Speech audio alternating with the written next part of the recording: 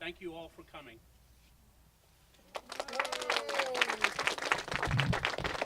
Welcome to Still City News. We had a wonderful time at the Harold Schoolhouse Event Center kickoff.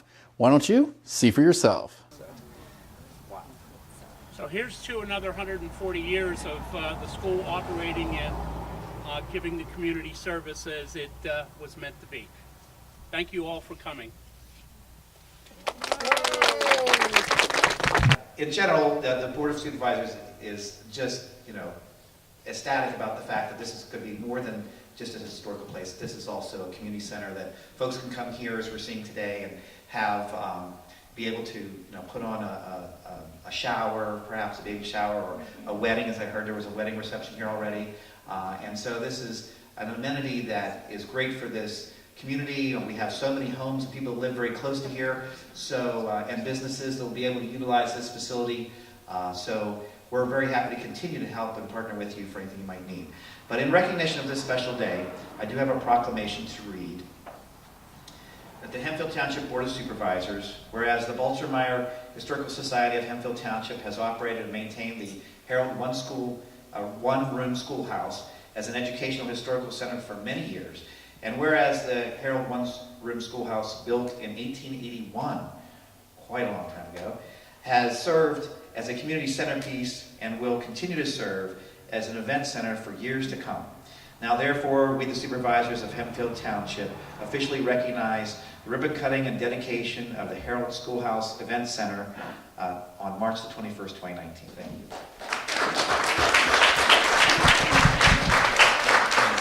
This building, built in 1881, cost us $1,250. The tables and chairs were $275, and they came into the Ludwig freight train area. This was all built by Benjamin Eisner. We are sitting almost dead center of what was called Good Purpose, and it was 158 acres that was set aside originally for church and school. If you look and count the churches that are within this circle or anywhere close to it, there are 11 churches and there are 4 schools. It is about where it was supposed to be from all those years ago. And again, it was built as a community. The first thing they did was to build this church and school building to have the community having something like that.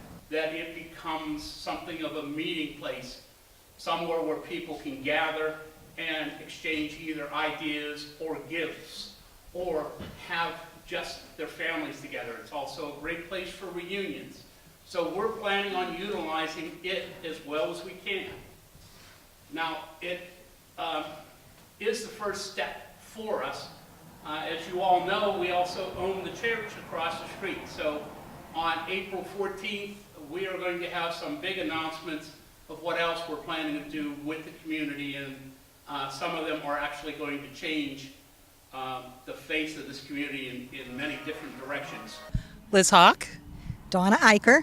Well, I retired in 2006, and before that I was involved with taking video and pictures of the schoolhouse when they were remodeling it. And I said when they open it, I'd like to be the school marm. Our former superintendent, Dr. Doyle, was the one that got the funds, started to get the funds to remodel the school. And I retired, nobody called me. A year later they called and said, would you like to be the school marm now? I said, sure, I'll do it for a year. I'll get it started. And with the 3rd grade teachers in Hempfield, we put together a program, and they asked me to be the school marm, so I came and started. And we bought, the school district bought McGuffey readers, ink pens, and ink to write with. They supplied the tablets, they supplied the art and the math and things, and that's how we started. And I started for 1 year. 9 years later, I was still doing it. So it's been a wonderful experience. This is my first year. I retired as a 5th grade teacher from the Hempfield Area School District 4 years ago. And Donna and Kathy Volrath are going to be my mentors.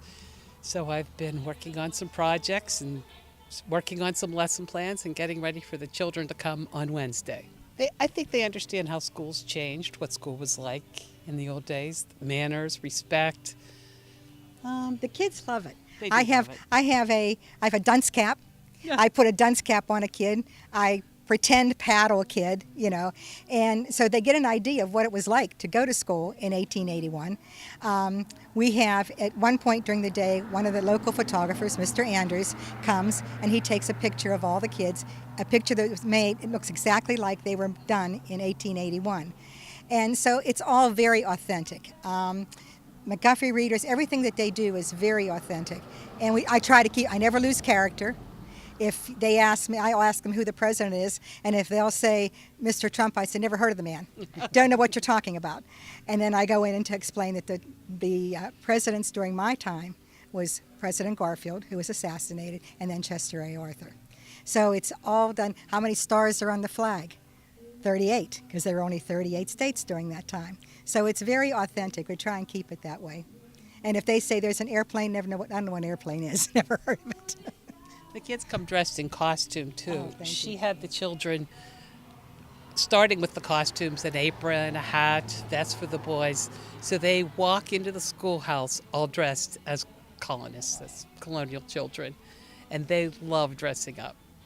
And the third grade teachers also do a whole program prior to the kids coming. They talk about what life was like in the 1880s. And so there's a whole program before they get here.